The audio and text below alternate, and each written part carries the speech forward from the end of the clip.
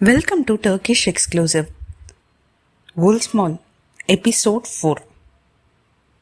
தேவா பெட்லேருந்து எழுவா. அவங்க ஆண்ட் வெயிட் பண்ணிருப்பாங்க. உடனே தேவா சொல்லுவா, என் ஃபியான்சி வந்துட்டான், அவன் என்னை காப்பாற்றுறதுக்காக தான் வந்திருக்கான், நான் வேகமாக போகிறேன் அப்படின்னு சொல்லிட்டு அவள் வேகமாக கீழே இறங்கிட்டே போவாள். அப்போ குல்ஸ்மால் மர்ட்கிட்டையும் குல்தம்கிட்டையும் திட்டுருப்பான். இந்த மாதிரி அவளை தனியாக விட்டுட்டல, அவள் ஹாஸ்பிட்டலைஸ் ஆயிருக்கா, நீ என்ன பண்ணிட்டு இருந்த அவ்வளோ நேரமா அப்படின்னோடனே, எனக்கு ஒரு வேலை இருந்துச்சு அதனால தான் விட்டுட்டு போயிருந்தேன், நீ இப்படி சொல்லிட்டு இருக்கா, அவளுக்கும் அவள் குழந்தைக்கும் ஏதாச்சும் ஆச்சுன்னா நான் என்ன பண்ணுவேன், இங்கே பாருங்க உங்களுக்கு எவ்வளோ கவலை இருக்கோ அதே மாதிரி தான் எனக்கும் கவலை இருக்குது, அது என்னோட குழந்தை தானே, நீங்கள் ஏன் அதை யோசிக்க மாட்டேன்றீங்க அப்படின்னு சொல்லிட்டு இருப்பான். இதை தேவா மேலேருந்து கேட்டுட்ருப்பா. உடனே தேவா என்ன அவனோட குழந்தையா, இவன் என்னோட ஃபியான்சி, என்ன சொல்லிட்டு இருக்கான், எனக்கு ஒன்றுமே புரியல அப்படின்னு சொல்லிட்டு அவள் கீழே இறங்க போவாளா.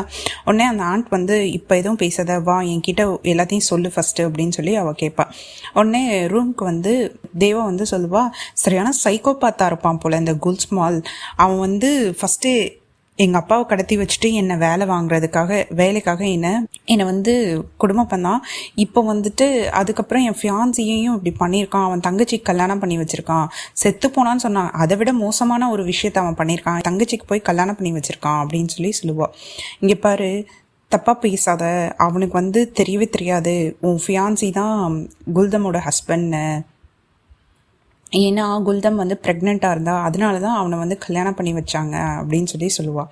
ப்ரெக்னெண்ட்டாக போய் சொல்லாதீங்க அப்படின்னா, ஆமாம் 2 months ப்ரெக்னெண்ட்டாக இருக்கா, அதனால தான் அவனுக்கு கல்யாணம் பண்ணி வச்சாங்க. அப்படியா, அவன் என்னை சீட் பண்ணியிருக்கான், மர்ட்டு என் ஃபியான்சி இப்படிலாம் பண்ணுவான்னு நான் நினைக்கவே இல்லை அப்படின்னு சொல்லிட்டு தேவா அழுவா.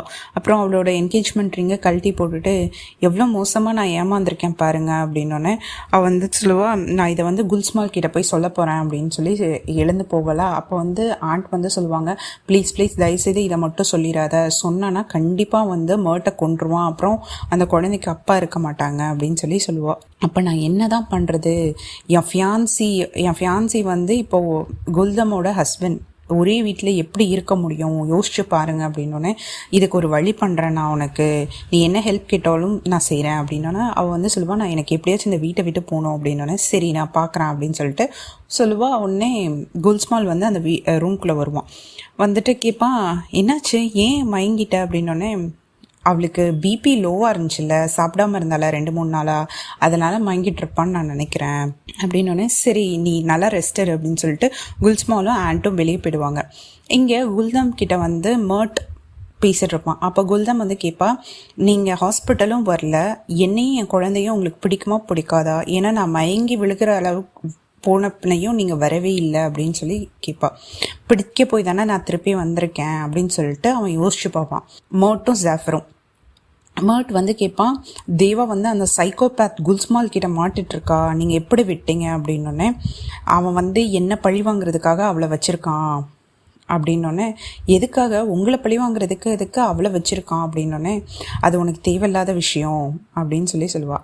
உடனே மர்ட்டு, என்ன எதுக்கு நீங்கள் இப்போ கூப்பிட்டீங்க, என்ன பண்ணணும் உங்களுக்கு அப்படின்னோடனே ஜாஃபர் கேட்பாங்க, உனக்கு தேவா வேணுமா வேணாமா, எனக்கு கண்டிப்பாக தேவா வேணும் அப்படின்னோடனே, அப்போனா நீ அந்த வீட்டில் இருந்தால் தான் சரிப்பட்டு வரும், ஏன்னா அவனை நீ எதிர்த்து நிற்க முடியாது, அந்த வீட்டுக்குள்ளேயே இருந்து அவனை பழிவாங்க அப்படின்னு சொல்லுவாங்க. அப்போ தான் நீ தேவாவையும் பார்க்க முடியும், அவகிட்ட மன்னிப்பும் கேட்க முடியும், அதோட நீ எனக்கு ஒரு ஹெல்ப் பண்ணணும், இந்த ஃபோனில் அங்கே என்ன நடக்குதோ அதை பற்றி நீ எனக்கு சொல்லணும் அப்படின்னு சொல்லுவாங்க. நான் இதுக்கு இதை பண்ணோம், நான் உனக்கு இது பண்ணுற மாதிரி நீ எனக்கு அதை பண்ணு, உனக்காகவும் நம்ம குழந்தைக்காகவும் தான் வந்தேன், வேறு எதுக்காகவும் இல்லை அப்படின்னு கிட்ட சொல்லுவாங்க. இனிமேல் நீ அந்த வீட்டுக்கு போகக்கூடாது, அந்த மனுஷனை சந்திக்கக்கூடாது அப்படின்னு சொல்லுவாங்க. இங்கே பாரு, இதே மாதிரி செஞ்சுட்டு இருந்தேன்னா நான் கண்டிப்பாக இந்த இடத்த விட்டு உன்னை அனுப்பிச்சிடுவேன், எனக்கு தெரியும் நீங்கள் இதை தவிர வேறு என்ன செஞ்சிட முடியும் உங்களால் அப்படின்னோடனே, கண்டிப்பாக செய்வேன், உன்னை நீ அவனை திருப்பி போய் மீட் பண்ணனா நான் இந்த இடத்த விட்டே உன்னை அனுப்பிச்சிடுவேன் அப்படின்னு சொல்லிட்டு அவங்க கிளம்பி போயிடுவாங்க. இங்கே இப்போக்கு அவங்க அப்பா கிட்ட இதை சொல்லிட்டு இருப்பா, பாருங்கப்பா நான் அவளை அத்தனை தடவை கூப்பிட்டோம், அந்த வீட்டில் நான் வெறுப்பப்பட்டு தான் இருக்கேன்னு சொல்லி தேவா இருந்துக்கிட்டா, எனக்கு சுத்தமாக புரியல, அந்த சைக்கோபேத் கிட்ட எதுக்கு இருக்கணும்னு தேவா சொன்னானே அப்படின்னு சொல்லுவான். உடனே அவங்க அப்பா சொல்லுவார், நான் தான் அதை சொன்னேன், அவள் என்னை புரிஞ்சுக்கிட்டா, நான் சொல்கிறத சரின்னு கேட்டுக்கிட்டா, ஏன்னா இப்போதைக்கு அவளோட சேஃபஸ்ட் பிளேஸ் அந்த வீடு தான், நீ புரிஞ்சுக்கோ, என்ன ரீசன்ப்பா அவன்கிட்ட போய் அவன் கடத்திட்டு போனான் அவளை, அவன்கிட்ட போய் இருக்கணும்னு சொல்கிறீங்க அப்படின்னா, நான் சொல்கிறேன் பின்னாடி உனக்கு எல்லாம் தெரிய வரும் அப்படின்னு சொல்லுவான். இங்கே வந்து தேவா வந்து அழுதுட்டு படுத்துகிட்டே இருப்பாள். உடனே குல்ஸ்மாலுக்கு வந்து ஒரே கஷ்டமாயிடும். உடனே அவன் வந்து புக் எடுத்து ஒரு பொயட்ரி லைன்ஸை ரீட் பண்ணுவாங்க.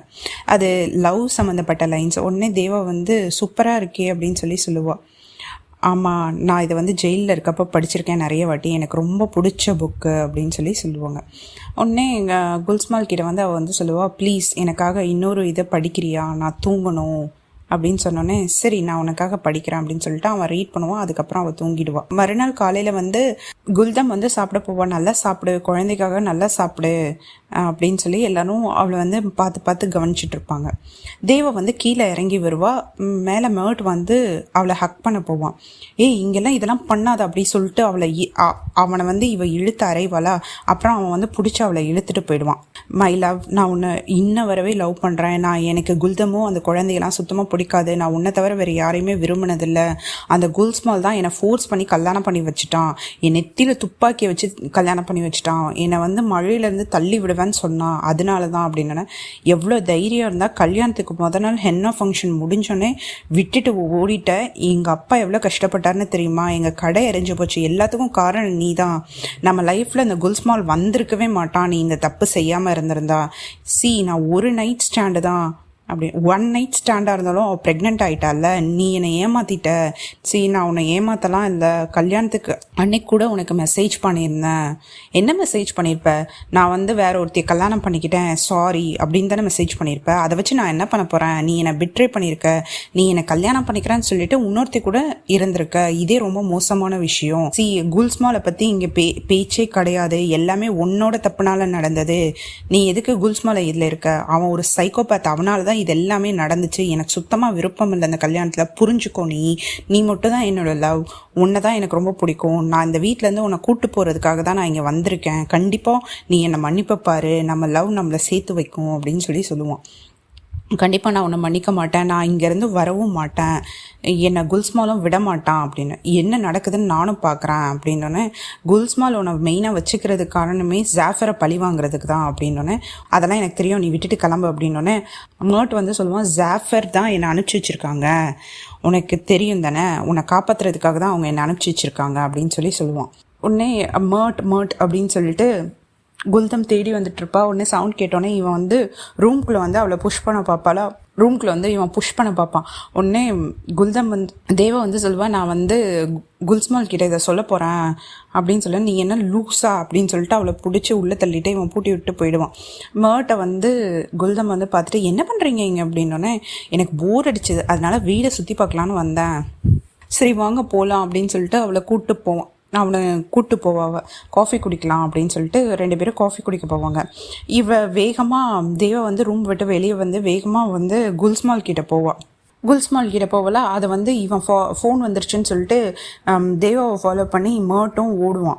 இப்போ வந்து அந்த லேக் கிட்டே நின்றுவா. ஏன்னா குல்ஸ்மால் வந்து ஒருத்தன் அடிச்சிட்ருப்பான். நீ என் தங்கச்சியை ஃபாலோ பண்ணி ப்ரொடெக்ட் பண்ணுறதுக்கு தானே ஒன்று வச்சுருந்தேன், நீ என்ன பண்ணி வச்சுருக்க? என் தங்கச்சி யாரோ கொல்ல பார்த்துருக்காங்க அப்படின்னு சொல்லிட்டு உன்னை பிடிச்ச தண்ணியில் தள்ளுறான் பாரு. எனக்கு இன்னும் 3 நாளைக்குள்ளே அந்த இன்ஃபர்மேஷன் யார் என்னன்னு வந்தே ஆகணும் அப்படின்னு சொல்லிட்டு கிளம்பு அப்படின்னு சொல்லுவாள். உடனே தேவா வந்து அந்த இடத்துக்கு வருவாளா. நீ என்ன இந்த லேக்கில் என்ன வச்சுருக்க? அவனை எப்படி மிரட்டின அப்படின்னா, crocodile இருக்குது அப்படின்னா. பொய் சொல்லாதீங்க, இங்கே என்ன தான் இருக்குன்னு எனக்கு உண்மையை சொல்லுங்கள் அப்படின்னோடனே, பிரானா இருக்குது, என் தங்கச்சிக்கு மட்டும் ஏதாச்சும் ஆச்சு, கண்டிப்பாக யாராக இருந்தாலும் விட்டு வைக்க மாட்டேன் அப்படின்னு சொன்னோன்னே, ஓகே நான் இனிமேல் இந்த உண்மையை சொல்லக்கூடாது அப்படின்னு சொல்லிட்டு அவள் முடிவு பண்ணிப்பாள். இங்கே வந்துட்டு மேர்ட் வந்து பார்த்துட்டே இருப்பான். உண்மையை சொல்ல போகிறதில்ல அப்படின்றது அவனுக்கும் தெரிஞ்சிடும். அப்புறம் ஜாஃபர் வந்து கால் பண்ணுவாங்க மேர்ட்டுக்கு, ஏதாச்சும் தெரிஞ்சுதா? சரியான சைக்கோபாத் கிட்ட என்னை அனுப்பிச்சி வச்சுருக்கீங்க. ஐயோ அவன் எல்லாரையும் கொல்ல தான் பார்க்குறான், எனக்கு ரொம்ப பயமாக இருக்குது அப்படின்னோடனே, இங்கே பாரு கண்டிப்பாக வந்து தேவா வந்து உன்னை மாட்டி கொடுக்க மாட்டா, அவளுக்கு கொஞ்சம் டைம் கொடு, நீ தயவுசெய்து ப்ரெஷர் பண்ணாத அப்படின்னோடனே, சரி அப்படின்னு சொல்லிட்டு இங்கே வந்து அர்மான் வந்து அவன் எடுத்து வச்ச ஃபோட்டோவை வந்து இப்போ காட்டுவான். இந்த ஃபோட்டோவை பாரு அப்படின்னோடனே, இது வந்து எங்கள் அம்மாவோட ஃபோட்டோ பாரு அப்படின்னு சொல்லி கேட்பான். யார் அது அப்படின்னோடனே, எனக்கு தெரியல. உடனே தேவா வந்து வீட்டுக்குள்ளே வந்துட்டு அந்த ஆண்ட்டை பார்த்துட்டு, எனக்கு கண்டிப்பாக இந்த வீட்டை விட்டு வெளியே போகணும், நீங்கள் ஏதாச்சும் பண்ணுங்கள், நானும் மட்டும் ஒரே வீட்டில் இருக்க முடியாது, என்னை பிரச்சனை தான் இதில் வரும் அப்படின்னு இவள் வீட்டு ரூம்குள்ளே போவா. கரெக்டாக மர்ட் அந்த ரூமில் இருப்பான். அவளை வந்து ஹக் பண்ண போவான். இங்கே பாரு, உன்னை ரொம்ப நாளாக நான் பார்க்காம இருந்திருக்கேன், என் லவ் உண்மையான லவ் அப்படின்னு சொல்லிட்டு அவளை கிஸ் பண்ண போவான். உடனே நீ பாரு, என் மேலே உண்மையான லவ் இருக்க போய் தான் நீ வந்து குல்ஸ்மால் கிட்டே என்னை மாட்டி விடல, இல்லாட்டி கண்டிப்பாக நீ சொல்லியிருப்ப. நான் அதுக்காக மாட்டி விடாமலாம் இல்லை, அந்த குழந்தைக்கு அப்பா இல்லாமல் போகும், அதனால தான் அப்படின்னு சொல்லி சொல்லுவான். இங்கே பாரு, நீ என்னோடவ, நீ எனக்கு மட்டுமே சொந்தமானவ, நான் யாருக்காகவும் உன்னை விட்டு கொடுக்க மாட்டேன், கண்டிப்பாக நான் உன்னை கூப்பிட்டு போவேன். உடனே கிஸ் பண்ண போவான். அதுக்குள்ளே குல்ஸ்மால் வந்து நாக் பண்ணுவான். இவன் வேகமாக வந்து மர்ட் வந்து அந்த ரூமை விட்டு வெளியே ஓடிடுவான். குல்ஸ்மால் வந்து ஒரு ஃபோன் கொடுப்பான். அதில் வந்து எமர்ஜென்சி நம்பரும் அப்புறம் அவனோட நம்பரும் கொடுத்துருப்பான். உனக்கு ஏதாச்சும் இன்டர்நெட்டும் அதில் இல்லை, உனக்கு எப்போயாச்சும் எமர்ஜென்சியாக இருந்தால் நம்பர் 1 கிளிக் ப்ரெஸ் பண்ணு, எனக்கு கால் வரும், அப்போனா நான் தெரிஞ்சுப்பேன் உனக்கு அது எமர்ஜென்சி. அப்புறம் அவங்க 2 பேரும் வந்து அந்த ட்ராயிங் ரூமில் உட்காந்து பேசிகிட்டு இருப்பாங்க, குல்ஸ்மாலும் தேவாவும், அவங்களோட சின்ன வயசு பற்றி. அவள் வந்து சொல்லுவா, எனக்கு வந்து அப்பா இல்லை, நான் எங்கள் அப்பாவை பார்த்ததில்ல, எங்கள் அம்மா என்னை வளர்த்தாங்க, அதே மாதிரி இப்ராஹிம் வந்து இப்பக்கு வந்தாங்க, அதனால எங்கள் அம்மா வந்து இப்பக்கும் அம்மா, எனக்கும் அம்மா, இப்ராஹிம் எனக்கும் ஃபாதர், அவளுக்கும் ஃபாதர், நாங்கள் எல்லோரும் ஒன்றா தான் இருந்தோம். திடீர்னு ஒரு நாள் எங்கள் அம்மா வந்து அந்த லேக்கில் விழுந்து இறந்துட்டாங்க, நாளைக்கு ஒரு ஃபங்க்ஷன் இருக்குது, நீ எனக்கு கூட கண்டிப்பாக வரணும் அப்படின்னோடனே, வந்தால் என்ன பண்ணுவேன், வந்தால் நான் அவங்க அப்பா கிட்டே கூப்பிட்டு போகிறேன் அப்படின்னோடனே, இதை வச்சு நீ என்னை பிளாக்மெயில் பண்ணுற, நான்லாம் ஃபங்க்ஷனுக்கு வரமாட்டேன் அப்படின்னோடனே, கண்டிப்பாக நீ ஃபங்க்ஷனுக்கு வருவ, உனக்கு என்ன வேணும்னு கேளு, நான் அதை செய்கிறேன் அப்படின்னோடனே, உன்னால் முடிஞ்சால் என் தலையில் ஸ்டார்ஸை வந்து உட்கார வை பார்ப்போம், எனக்கு ரொம்ப பிடிக்கும் அப்படின்னு சொல்லுவாள். உட்கார வச்சுட்டா கண்டிப்பாக நான் வந்து வரேன் ஃபங்க்ஷனுக்கு அப்படின்னு சொல்லுவாள். இங்கே குல்தம் வந்து அந்த குழந்தைய நினச்சி வருத்தப்பட்டுருப்பா. ஏன்னா குழந்தை வந்து இறந்துருச்சுன்னு இவளுக்கு மட்டும்தான் தெரியும், வீட்டில் யாருக்கும் தெரியாது. உடனே குல்தம் வந்து சொல்லுவாள், எனக்கு தெரியும் எங்கள் அண்ணனை பற்றி, கண்டிப்பாக வந்து அவன் வந்து அவளை லவ் பண்ணுறான், எனக்கு அது நல்லா தெரியும் அப்படின்னு சொல்லுவாள். இவ வந்து குல்தம் வந்து அந்த பேபியோட திங்ஸ் எல்லாம் எடுத்து வந்து புதைச்சிட்ருப்பா. அதை வந்து வெஃபா பார்த்துடுவான்.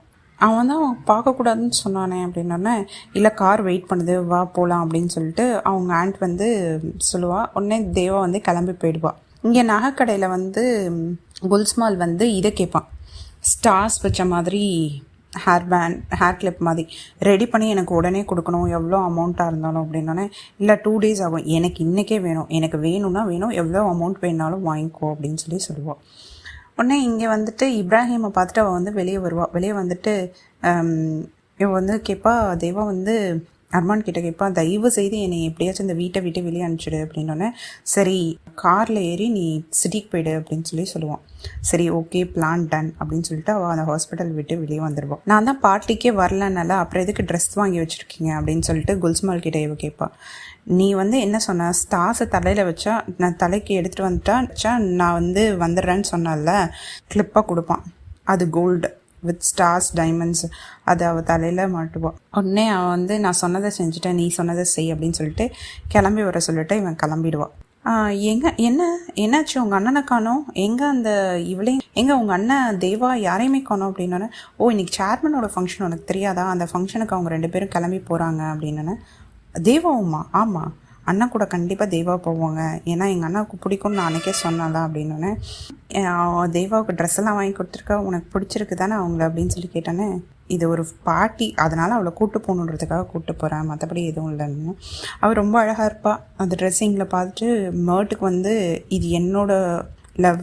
அந்த ஃபங்க்ஷனுக்கு குல்ஸ்மாலும் தேவாவும் ரெடி ஆகிட்டு கிளம்பி போவாங்க.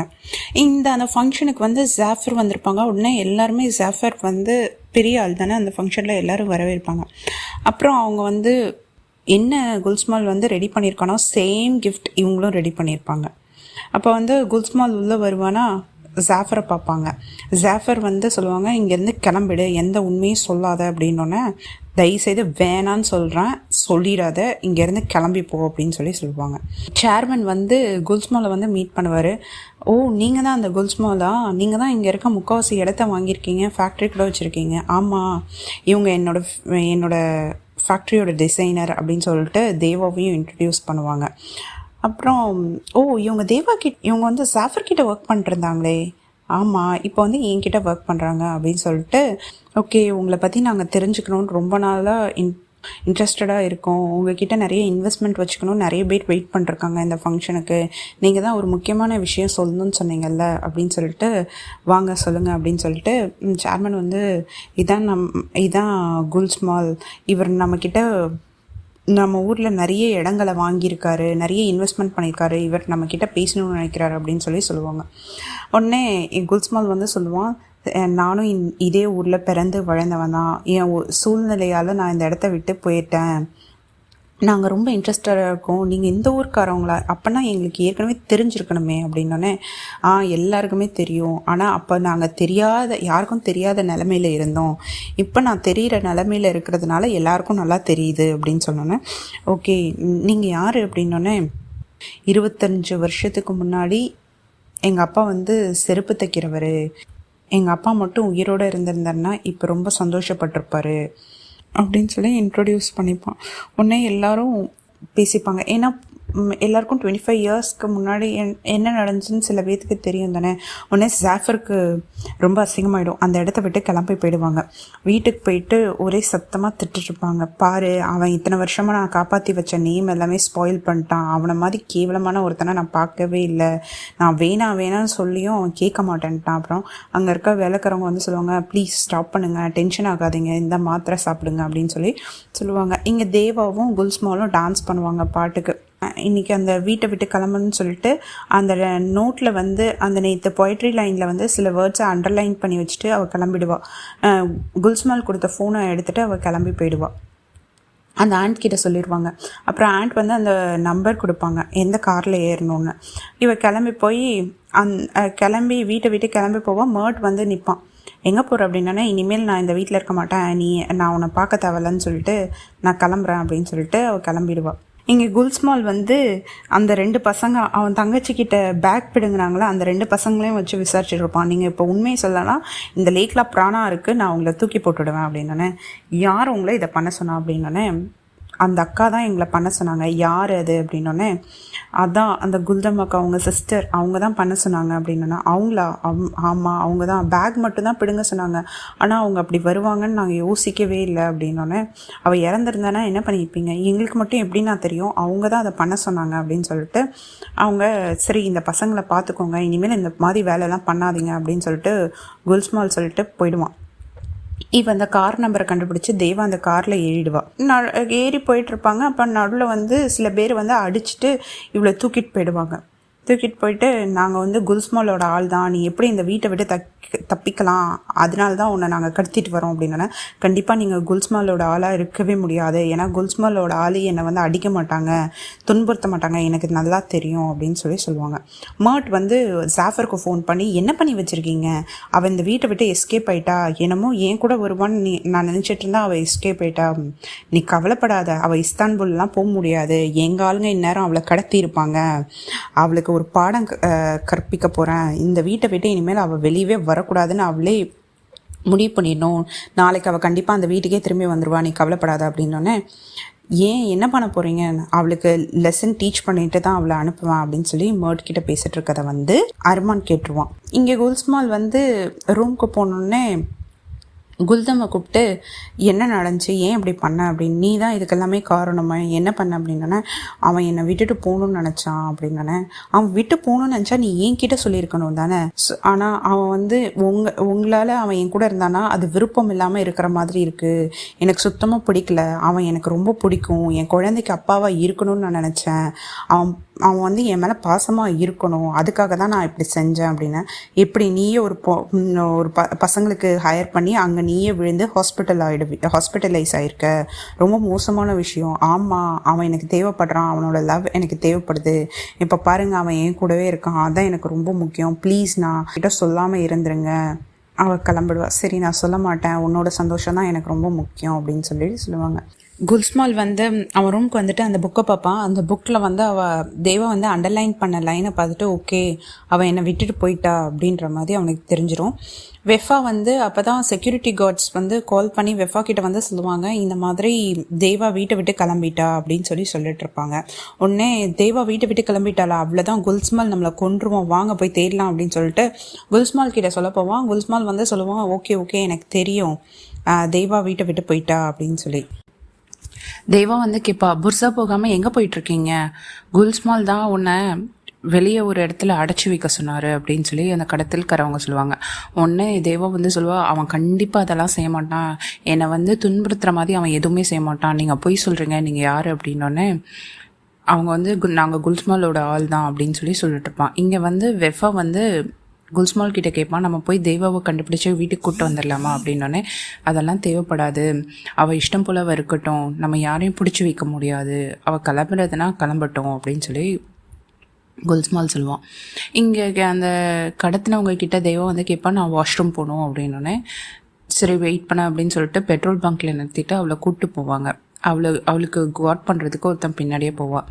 அப்போ வந்து அவன் வந்து சொல்லுவான், நீ எதுவும் தப்பாக பண்ணக்கூடாது, வாஷ்ரூம் போயிட்டு வா அப்படின்னோடனே வாஷ்ரூம்குள்ளே போனோடனே அவள் ஃபோனை எடுத்து பார்ப்பா, கால் பண்ணலாமா வேணாமா அப்படின்னு. அப்புறம் அவன் கால் பண்ணிடுவான். கால் பண்ணி பார்த்துட்ருக்கப்போ அந்த கால் ரிங் ஆகிட்டே இருக்கும், யாரும் எடுக்க மாட்டாங்க. அப்போ வந்து அந்த இடத்துல வந்து குல்ஸ்மால், ஆண்ட், அப்புறம் வெஃபா இருப்பாங்க. அவன் கால் வந்துகிட்டே இருக்கிறத பார்த்துட்டு வெஃபா போய் பார்க்கலான்ட்டு போய் பார்த்தா அதில் வந்து அவன் நேம் வந்தோடனே உடனே அவன் வந்து சொல்லுவான், குல்ஸ்மால் அவள் கால் பண்ணுறான் அப்படின்னோடனே இவன் அட்டன் பண்ணுவான். அட்டன் பண்ணிட்டு என்னாச்சு அப்படின்னோடனே, நீ இந்த நம்பருக்கு கால் பண்ணியிருக்கேன்னா உனக்கு ஏதோ நடந்திருக்கு, உனக்கு பயமாக இருக்கா, யாரும் எதுவும் பண்ணியிருக்காங்களா அப்படின்னு இவன் கேட்டுகிட்டே இருப்பான். அவள் வந்து அழுதுகிட்டே இருப்பாளா, சரி நான் வர்றேன் அப்படின்னு சொல்லிட்டு வெளியே வேற தட்டுற சத்தம் கேட்கும், பேசுகிற சத்தம் கேட்டோன்னே இவள் பயப்படுறத தெரிஞ்சுட்டு சரி நான் வரேன் அப்படின்னு சொல்லிட்டு ஃபோனை மட்டும் பத்திரமா வச்சுக்கோ அப்படின்னு சொல்லிட்டு ஃபோனை வச்சுருவான். இவன் வேகமாக கிளம்பி வெளியே போவான். அதே நேரத்தில் அர்மானும் வருவான்.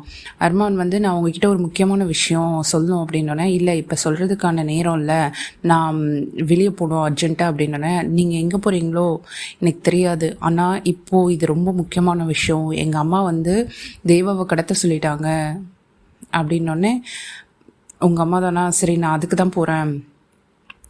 அவன் கிளம்பிடுவான்.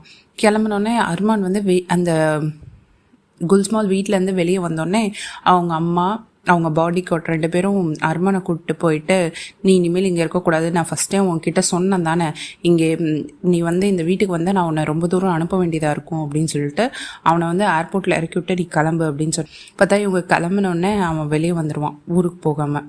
தேவா வந்து வாஷ்ரூம் விட்டு வெளியே வரப்போ அந்த துப்பாக்கியை வந்து அவன்கிட்டேருந்து வாங்கி இவள் ஷூட் பண்ண பார்ப்பா, பிடுங்கிட்டு ஷூட் பண்ண பார்ப்பா.